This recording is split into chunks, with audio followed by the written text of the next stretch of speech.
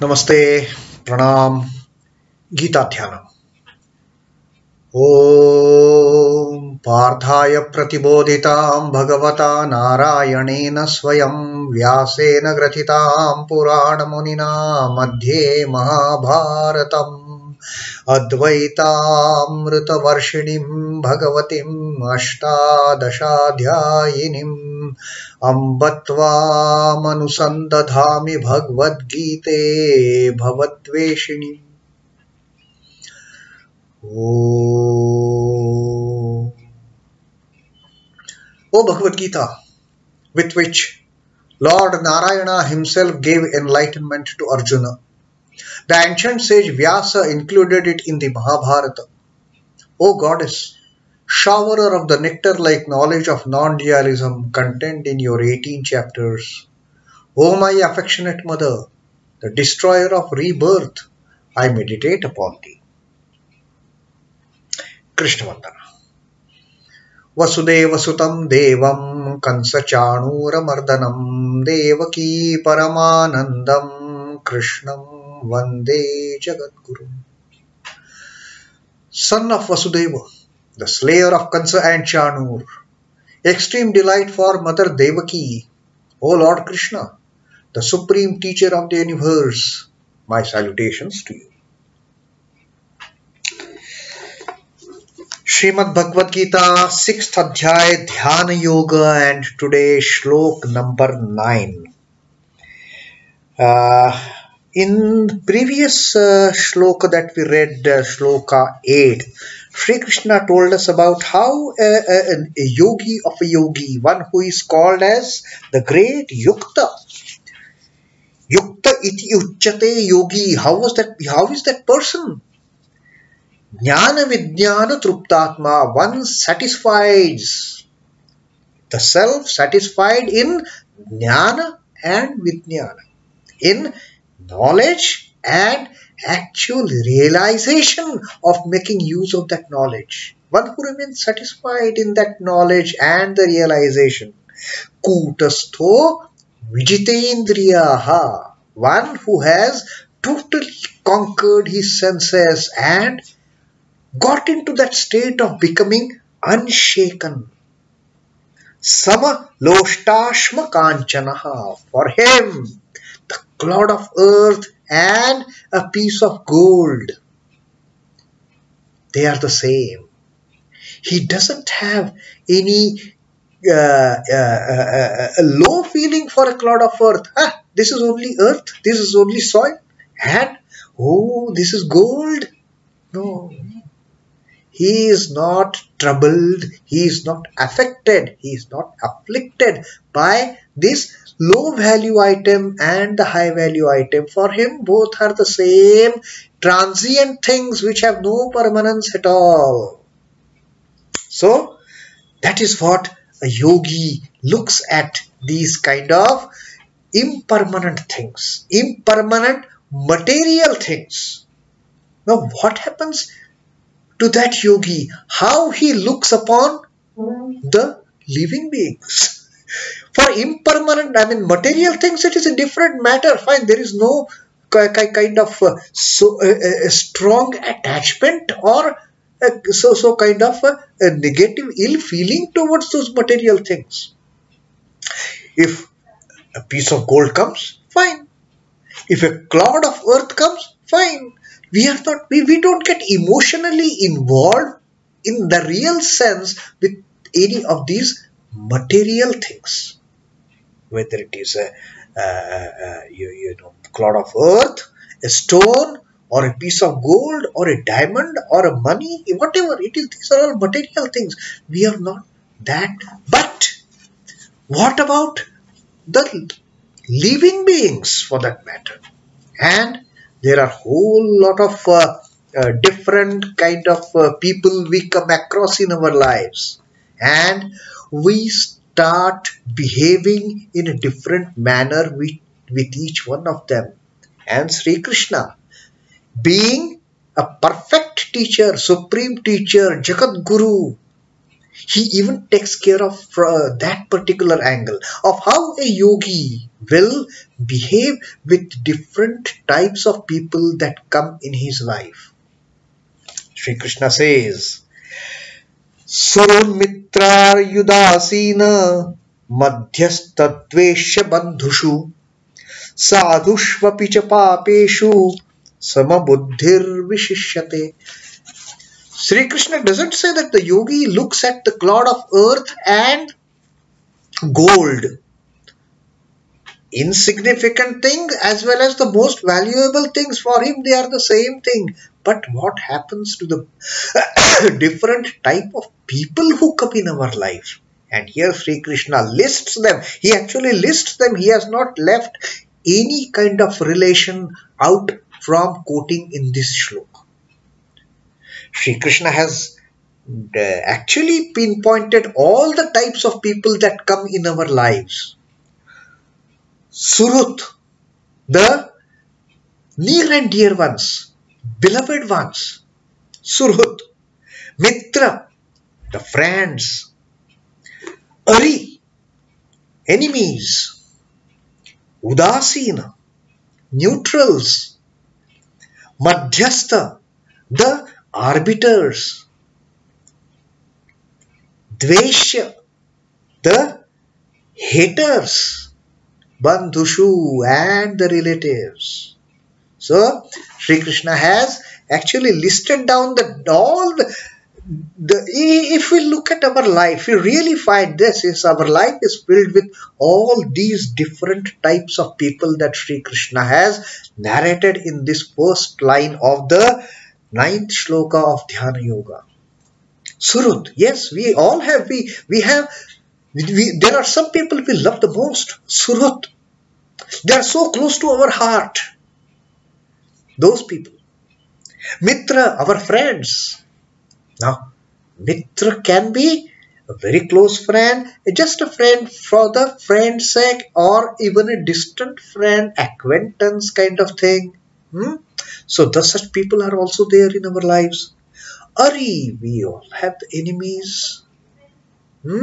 We have friends and foes. Our life is filled with them. Then, Udasina, there are some people who are neutral. They are not bothered with our good, our bad. Yes, and same thing, it happens with us also. We are also, we remain kind of unaffected by something good happening to somebody or something bad happening to somebody. Similarly, in our case also, there are people who are not affected by something good happening to us, who don't get afflicted, who don't get sad if something bad happens with us. Udasina. And then there are some madhyastha. If we are at loggerheads with somebody, then these people, they try to come and compromise. Madhyastha. They try to bring two people together. With if we have some conflict with somebody, there are people who will try to resolve this conflict and bring the two parties together. Madhyastha. Then Dvesha. There is no dearth of haters in this world. So, even that Sri Krishna has listed in this list. Haters, Dveshta, and Bandhushu. Relatives, all of us, we are amidst all these relations of ours, close relations, distant relations, extended families, close families. So, all these people, what happens? And not only that, this is as far as the personal relationships are concerned. Then, sādhuṣhvapi pāpeṣhu. The sādhuṣhu is the righteous people in our lives, and pāpeṣhu, the unrighteous people in our lives, the evil, the wretched people in our lives, the holy people, unholy people in our lives. What happens in with the yogi? Sama-buddhir viśhiṣhyate. Sama-buddhi. He looks at them with the same attitude, same-sighted, with the equal mind. He views at all these different plethora of people, all these different kind of personalities that have entered his life.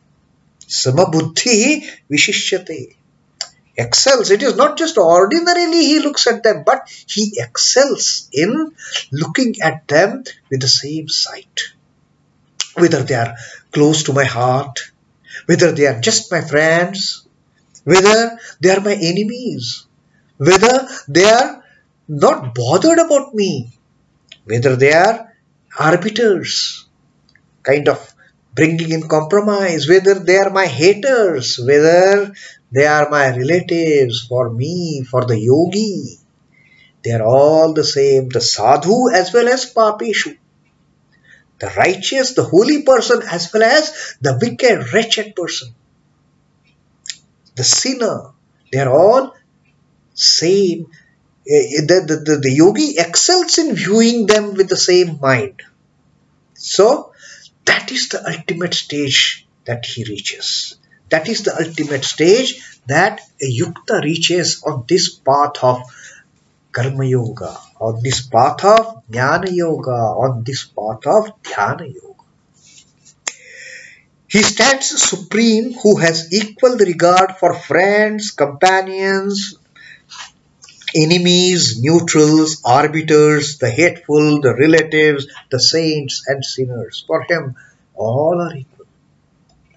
For him, the best of the buddies and the worst of the enemies, they are all same, like the clod of earth and the piece of gold. No difference at all. Whether he is most near to me, whether he is the farthest to me, whether he loves me, whether he hates me, whether the person is my close relative or a distant relative, or just a kind of intermediary trying to bring truce in between two warring friends, two warring relatives, two warring factions. For that yogi, all are same. It is but natural for an ordinary man to react differently with people in varying levels of attainments and relationship. Yes. My love for my beloved ones is totally different. My love for the acquaintances is different. My hate for my haters is absolutely worst of its kind, isn't it? We all react differently to the different types of people that have come in our life. It is so natural, isn't it? Yes, for us it is. That is the only course. I will love a person who loves me. I will hate a person who hates me. That is how I have grown in this world. That is how I have understood this world. But when this ordinary I becomes a yogi, what is the change that comes in? The change that comes in is, for that yogi, the person who loves him is also okay. The person who hates him is also okay. Why should I worry about that?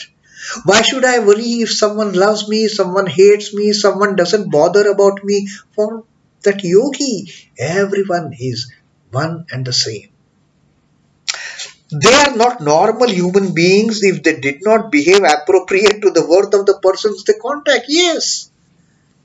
If a person is at loggerheads with me, I will never, see eye to him. I will never think of good to him.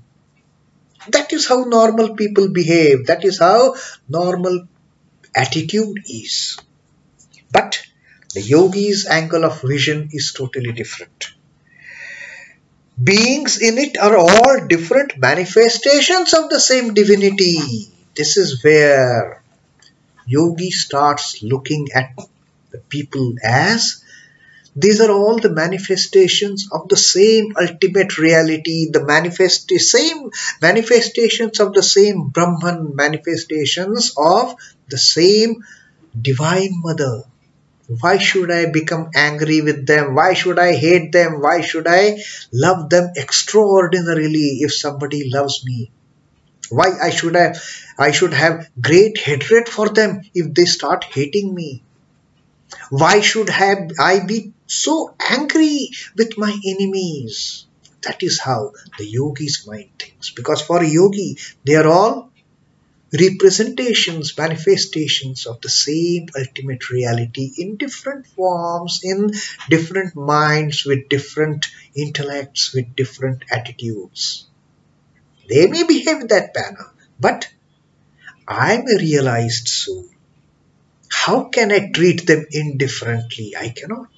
For me, everything, every being in this world is manifestation of the divine. And that's how the yogi gets into that attitude of sarva-bhuta hite rataha. He tries to be in the state of bliss, having understood the reality of the oneness with all the beings. Sarva-bhuta. All beings for him are manifestations of that indivisible, indestructible, imperishable Brahman. To him, the whole world is a stage. Beings in it are all different manifestations of the same divinity. As the actors of the different characters in a drama are all viewed alike by the stage manager, the yogi has nothing but a benign attitude even to those hostile to him. For a director of the drama or a serial or a movie, the hero, heroine, the villain and all of they're just the roles. These are just the characters. He doesn't have anything to do with the actors performing those roles, isn't it? The roles call for that particular behavior, so that character is playing that behavior in the drama. Does the director or the stage manager get affected by it? No. That's how the yogi. For yogi, all the different types of people entering his life, they are all the characters on this stage of Prakriti. We are all playing our roles. So, why should I get hurt if somebody treats me badly? Why should I get elated if somebody treats me with great love? It happens. It is the role they are playing. Let them play. Why should I lose my balance? Why should I lose my peace of mind? Or why should I get so happy, so elated, so joyous if somebody treats me well? If somebody doesn't treat me well, why? His supremely benevolent attitude is the greatest gift made by him to the conflict-ridden humanity. That is the ultimate bliss. That is the ultimate peace that the yogi enjoys of not getting involved in these fickle matters of the relationships. They are all momentary. Today somebody loves me. Tomorrow that person might hate me. Today a person is hating me. Tomorrow he may something good in me starts loving me. Now, these are all fluctuating things in the relationship. So, yogi doesn't look at them from a normal person's perspective. Now, what Sri Ramakrishna says about this? When seen from the plains of grass, Sri Ramakrishna says, when seen from the plains, the grass on lawn and the deodar tree on the border of the lawn present strikingly contrasting pictures. We are standing in the field, okay? We are standing in it's a garden, and here is a lawn, a tiny grass, that we look at this, and on the boundary of that particular field, there is a huge deodar tree. Now, can we look at this blade of grass and that deodar tree with the same sight? No. We are here. We are seeing that lowly grass in the lawn on that field and the huge deodar tree. How different they are. Our understanding of these two becomes totally different. A huge tree and a tiny blade of grass, just so little. For us, they are different. And Sri Ramakrishna further says, but if they be seen from the peak of a mountain, you climb the mountain and then from there you start looking at the field below. Up there, hundreds of feet above on the peak of the mountain. From that mountain peak, you are viewing that ground below. Then, are you able to make a difference between that deodar tree and the tiny, speck of grass? For you, it is all a huge layer of green. That's it. From that height of the peak of mountain, then for us, this deodar tree or the blade of grass is immaterial. But if they are seen from the peak of a mountain, they would all blend into one even verdure. Similarly, the earthbound man views one as a sovereign and another as a sweeper. He views one person, the ordinary people, we look at one person as the king, very high-fi person, and another person as a sweeper. We see one as father, another as son, and so on. And then we see one as beloved. We see one as the most hated person in our life. That's how we start bringing in this distinction with our ignorance. If we reach at the mountain peak, if we reach at the pinnacle of knowledge, then for us, this loving relations, the haters in our lives, the enemies in our lives, the friends in our life, from that pinnacle of knowledge, they all start looking the same to us if we reach that pinnacle. But after intuiting God, these differences vanish. There is no more of the good and the bad, the high and the low. Good God perception alone prevails everywhere. This is a beautiful example that Sri Ramakrishna has given to bring this point to our understanding. It is only till we feel this difference, we are on this lower plane, on this ground, that we make a difference between the grass and the deodar tree. But reach the pinnacle of mountain, reach the mountain peak high above, and then for us it is just a one layer of greenness. Then if we reach that level of knowledge, for us there are no bandhu, there are no ori, there is no friend, there is no enemy, there are no beloved ones, there are no haters, there are only one type of people. Then there are no saints and there are no sinners, there are no righteous people, there are no wretch in our life. All are one, because then we get the understanding. Everyone is just the manifestation of that same ultimate reality. We get into that state of viewing sameness in all the bhuta, sama-bhuta. So that is Sri Krishna's teaching. After telling us that not only the yogi views material things with the same sight, but even the living beings that come into his life, all those different types, good ones, bad ones, beautiful ones, the ugly ones, the righteous ones, the unrighteous ones, the pious ones, the sinners, they're all same to the yogi. So that was whether inanimate or animate things of this prakriti, for him everything is same. And that is the great teaching Sri Krishna has given in this 9th Shloka of the Dhyana Yoga, and that beautiful example that Sri Ramakrishna also gave to bring this point to our understanding. Om Namo Bhagavate Vasudevaya. Sri Krishna Arpanamastu. Jai Sri Ramakrishna. Jai Thakur Jai Ma. Jai Swamiji.